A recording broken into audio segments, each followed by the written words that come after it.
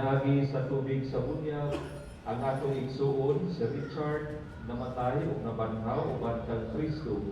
Makaambit na unta siya karon sa kinabuhing tunhay dito sa langit.